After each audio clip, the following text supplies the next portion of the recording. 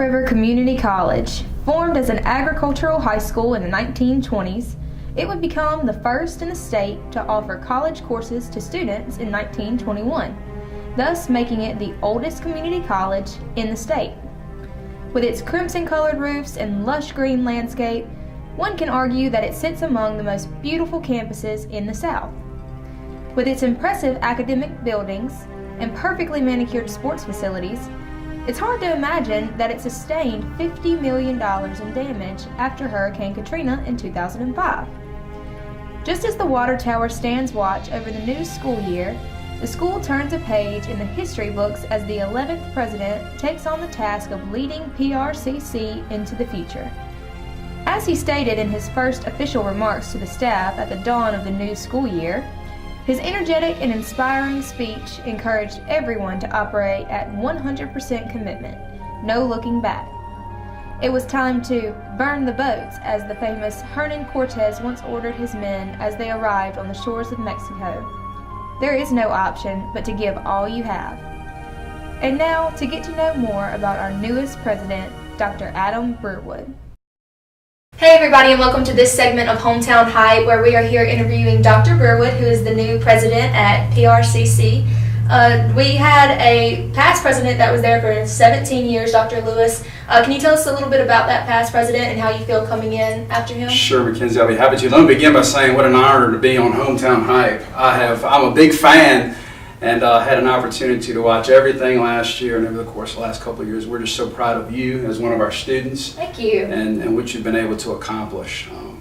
Dr. William Lewis was a major influence on my life personally and obviously professionally, and his legacy will certainly live on at Pearl River Community College for many years to come.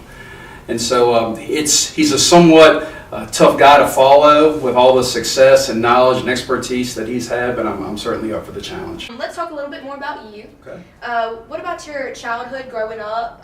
Kind of give us a little bit of backstory, where you grew up, where you went to high school, all kinds of stuff. I'd be happy to. I actually grew up in New Orleans and lived there until we were 12 years old, and we moved to Bay St. Louis and went to St. Stanislaus High School. And then I came to Pearl River to play baseball and to continue my education. And at that time I met a young girl from Picayune, Mississippi named Shanna Scarborough. And a few years later we were married, and I haven't left Pearl River County ever since. So this is home now. Pearl River County's home for me, and certainly Poplarville's been our home for the last many years and hopefully many years to come. Well, you mentioned baseball, and you can't come on Hometown Hype without talking about some kind of athletics, right? We can't talk. We have to talk about sports. Right. So I know that you have a couple of records that you set there at PRCC, and you went on to play at William Carey. Can you tell us about your time at PRCC? I'll tell you, it was an exceptional time. Really, the best 2 years of my life were at Pearl River Community College, and I did have, a little bit of success on the baseball field. The players now, obviously, they're a little bigger and stronger, and I think that the speed of the game's changed. But don't tell my son or any of his friends, because they still think that Daddy was pretty good. But I did enjoy my time here. I was fortunate to be given an opportunity to play college baseball, which was always a dream of mine. And I do hold the batting average record at Pearl River. I would imagine soon it's gonna be broken, and I look forward to that day, to be honest with you. There you go. Always want your sports to do good and do well. Sure, there you go. sure. But like to keep that record going too. That's That's awesome. I have a little pride with there it, you for go. sure. But Exactly. then I had a chance to go on to William Carey and played there under Coach Bobby Hawford. Of course, I played under Coach Nightingale here, and another two gentlemen that played major roles in my life. Is when you're 18, 19, 20 years old, there's some things that you don't understand at that point of your life, but now, as a man with children of my own, I clearly understand some of the message they were trying to deliver to me at that time of my life, and for that I'll be forever grateful. Exactly. And those coaches, they do play such a big role in a young man's life. They do. And speaking of William Carey, you were inducted into the William Carey Hall of Fame recently, weren't you? Yes, which was really a surprise, because I thought those things kind of happen on the backside of your career, and I was honored and really floored to receive that special recognition, and so it meant a lot to me, and I really enjoyed my time at William Carey. And I tell you, it provided an opportunity for me to grow not only in the classroom and on the baseball field, but spiritually, I was, of course, I'd always been introduced to Christianity throughout the course of my life, and my time at William Carey really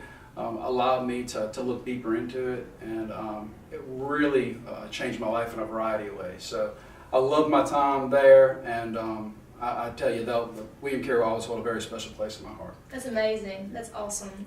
And let's talk about a little bit of your PRCC journey. You started working at PRCC in 1997, am I correct? Yes. And so tell us about from 1997 to now. You kind of jumped through a lot of positions. You were a soccer coach, and you were dean of students, and yeah, sure. It's been really a great journey, and a journey that I think has provided me the appropriate perspective to even lead now as president. Absolutely. I came as the assistant baseball coach. Coach Nightingale I was fortunate to be hired back, and I did that for several years. And Shanna and I, we were just married and trying to figure out how we were going to make our way. And Shanna was working at Subway in town, and I was the assistant baseball coach, which really was equivalent to go cut grass for 6 hours a day.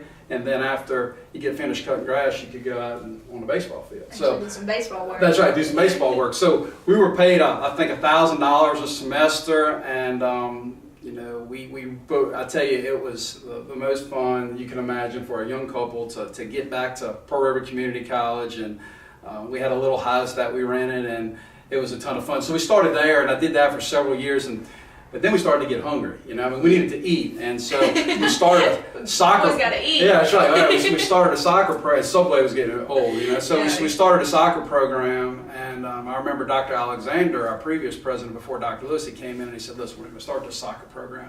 Does anybody know anything about soccer?" And I knew that the job had to pay more than $1,000 a semester, so I said, "Yes, sir, I'm your man." He said, "You're our new soccer coach." So that's how I got involved. Did you really know anything about soccer? I knew very little, but I was smart enough to go out and hire a really good assistant who had played soccer on the college level, and kind of partnered up with him. So I did soccer for several years, and we had a bunch of success. It was funny. Yeah. We won, and we won some state championships. A really big success. I think the last year you were there, you were named like Coach of the Year. Yeah, which was absolutely insane. Despite my level of knowledge, we just had great players, and I really worked hard in our recruiting efforts. But we had some success, and so people think of me really as sometimes in certain circles as a soccer coach, and I'm thinking I can't help you there. I still to this day struggle with the concepts and all about soccer. Really, baseball was my primary sport, but I wanted to continue my baseball career, but to be honest with you, I didn't get the job. I wanted Coach Nightingale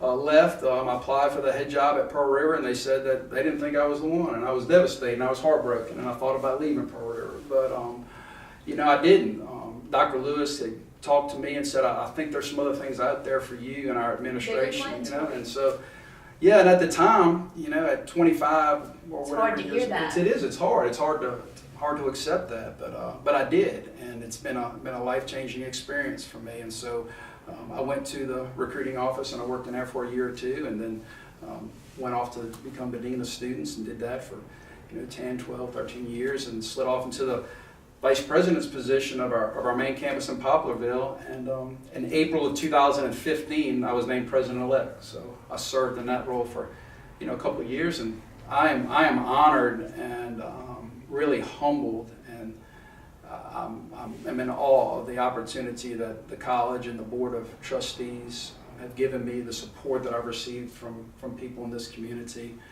to even ever dream about having the opportunity to serve Pearl River Community College as their president was something I could never wrap my mind around, and I'm humbled and honored. So I take the responsibility very serious. That's amazing, and to start out at a coaching position and to work your way up, to stick with it and go through all those years, and now you're president at PRCC, that's pretty amazing. Yeah, thank you. And you had a bunch of accomplishments during your time working at Pearl River.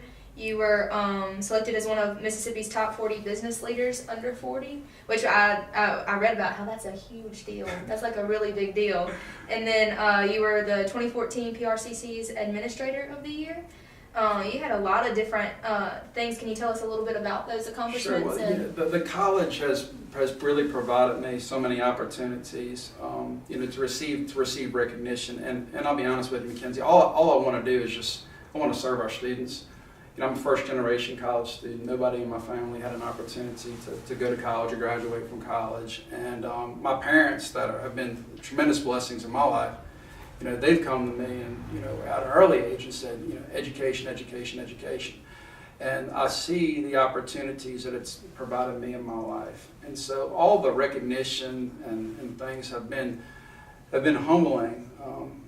But it's really at the end of the day about, trying to solve problems for people, trying to remove all the obstacles in their life so they can receive an education, working with an outstanding faculty and staff, and really students that I genuinely care about, that I genuinely love. And I think that with that work and that passion and commitment to doing what you're trying to do, recognition of that magnitude comes. So one day I'll probably sit down, and I was kind of looking at everything you had, and I'll probably have a chance to review it.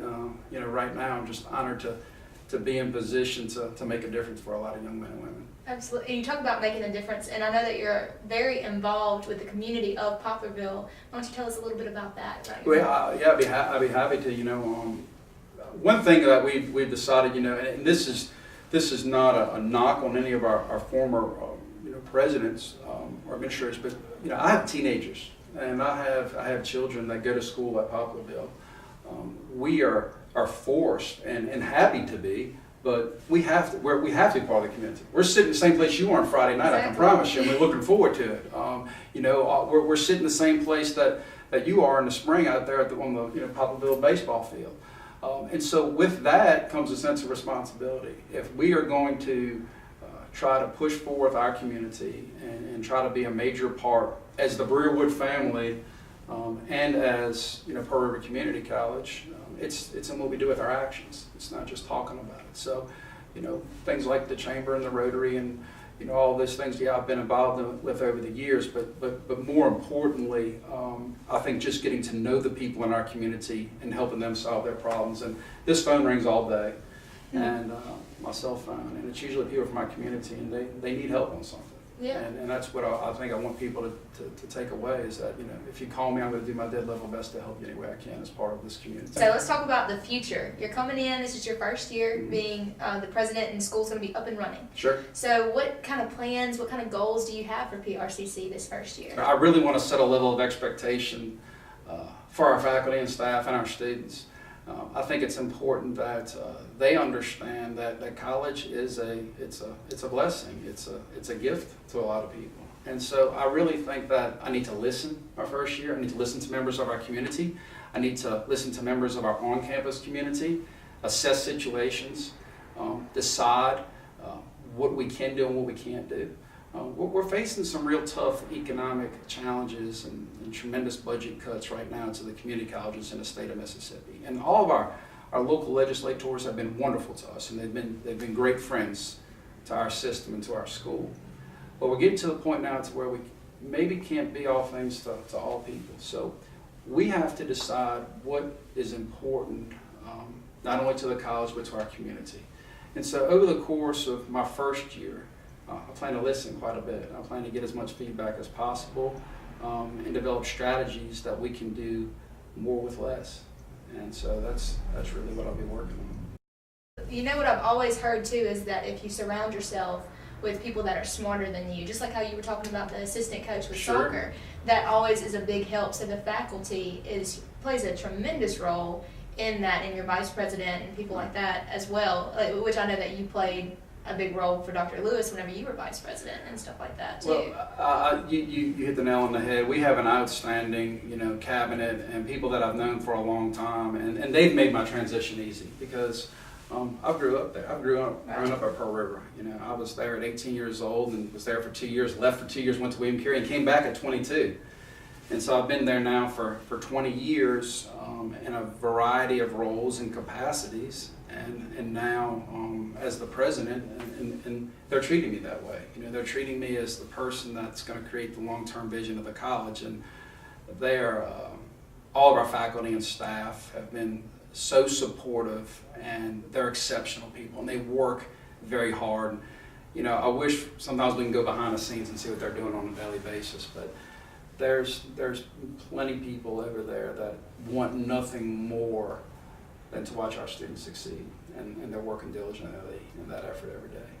Well, I will say for myself, as being a student at PRCC, that I never imagined how I would feel about PRCC and how strongly I have developed a love for that school. And the faculty, like you talk about, are absolutely amazing. I've made, I think, lifelong friends of mine that I think I'll be able to call anytime that I need them. Sure. And I'm extremely excited for you, and I'm extremely excited for PRCC. I love PRCC, and I'm so excited for this upcoming year and to be a part of your new journey. Thank you, Mackenzie. We're very proud of you, like I said, and of everything you've accomplished at such an early age. And we're expecting big things, and I know you've got a wonderful support system with your family, and know that the college is behind you. And I think I speak for everybody in our community when we say how proud we are, and we're all behind you. And we look forward to seeing what happens. So we're kind of going through this together, right? We're both starting off, and we'll come back in 10 years and see where we are. Absolutely. We'll have to do an interview in 10 years and say this is where we made it. I hope my hair, got to put some powder on my head before we do that next interview for sure.